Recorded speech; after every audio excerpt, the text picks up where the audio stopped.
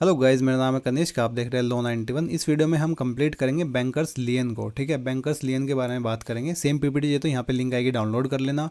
Exam bundles, notes वगैरह, detail notes, compiled PPT, बहुत चीज़ मैं बनाता हूँ, जाकर के देख लो। कुछ काम का है तो डाउनलोड कर लिया करो। ठीक है, तो चलिए शुरू करते हैं। छोटी सी आसान सी वीडियो होने वाली है, थोड़ा टेक्निकल है तो इसलिए ध्यान से सुन लेना ताकि दोबारा वीडियो ना देखनी पड़े। ठीक है, तो लियन का मतलब होता है right to keep someone else's goods और securities until the person pays the money और क्लियर्स द लीगल ड्यूज। ठीक है, मतलब लियन का मतलब होता है राइट किसी की गुड्स और सिक्योरिटीज रखने का जब तक वो आपके पैसे वापस नहीं करता है तो। ठीक है, बैंकर का लियन भी सेम वही होता है। बैंकर का लियन, बैंकर के पास राइट होता है उस कस्टमर की सिक्योरिटीज या फिर वैल्यूएबल्स अपने पास रखने का जब तक वो कस्टमर बैंक के लोन वगैरह पे नहीं करता है। ठीक है, अगर वो बैंक के लोन नहीं पे करेगा तो सिक्योरिटीज रिटर्न में नहीं मिलेगी। ठीक है, इंडिया में गवर्न किया जाता है section 171 of the Indian Contract Act 1872।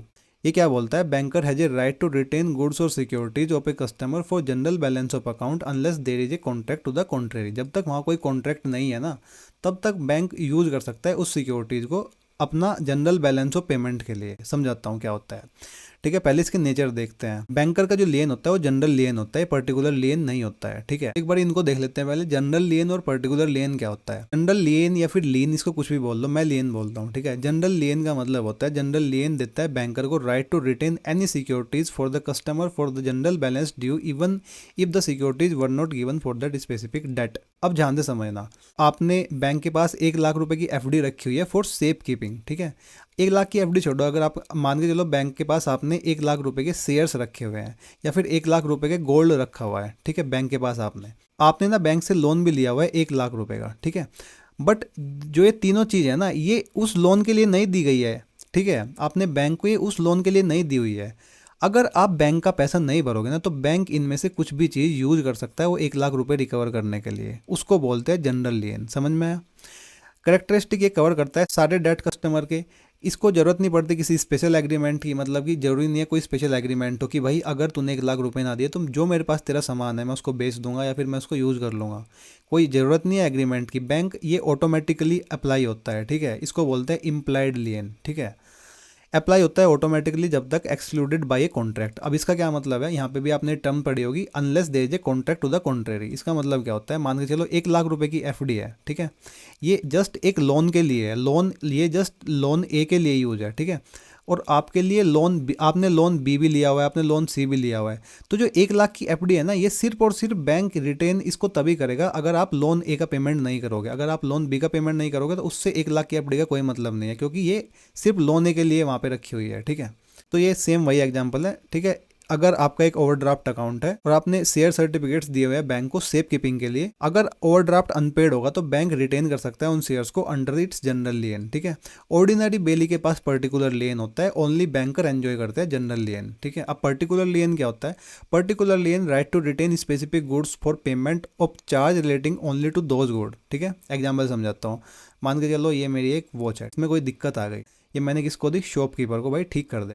अब शॉपकीपर बोलता है कि भाई इसमें 100 रुपये लगेंगे, और मैं कहता हूँ भाई मैं तो नहीं देता हूँ 100 रुपये। तो शॉपकीपर का राइट है आपकी घड़ी रखने का। ठीक है, अब इसमें ना 3 एसेंशियल कंडीशन होते हैं। Good must be bailed for specific purpose. मैंने ये गुड, मतलब जो मेरी घड़ी है, मैंने उसको दी स्पेसिफिक पर्पज के लिए, मतलब ठीक करने के लिए। शॉपकीपर की इसमें स्किल्स और लेबर यूज हुई। ठीक है, और चार्जेज है ना, ये उसी घड़ी के लिए है। ठीक है, जो 100 रुपये मांग रहा है ये उसी घड़ी के लिए मांग रहा है। ठीक है, तो ये 3 एसेंशियल कंडीशन होती है पर्टिकुलर लेन के लिए। सेक्शन 170 ऑफ द ICS 1872 इसको गवर्न करता है। ठीक है, नेचर ये एक लिमिटेड लेन होता है, अवेलेबल होता है बिलीज के लिए। ये अप्लाई होता है only to that particular transaction. ठीक है, घड़ी वाली इस ट्रांजेक्शन में ही ये अप्लाई होगा, ध्यान रखना।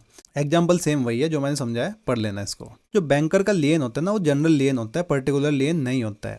It extend to all lawful dues. ठीक है, नॉट मेरली स्पेसिफिक डेट। जो बैंकर का लेन होता है वो सारे लॉफुल ड्यूज पे एप्लीकेबल होता है। ठीक है, तक एक्सटेंड हो सकता है, not merely to a specific date.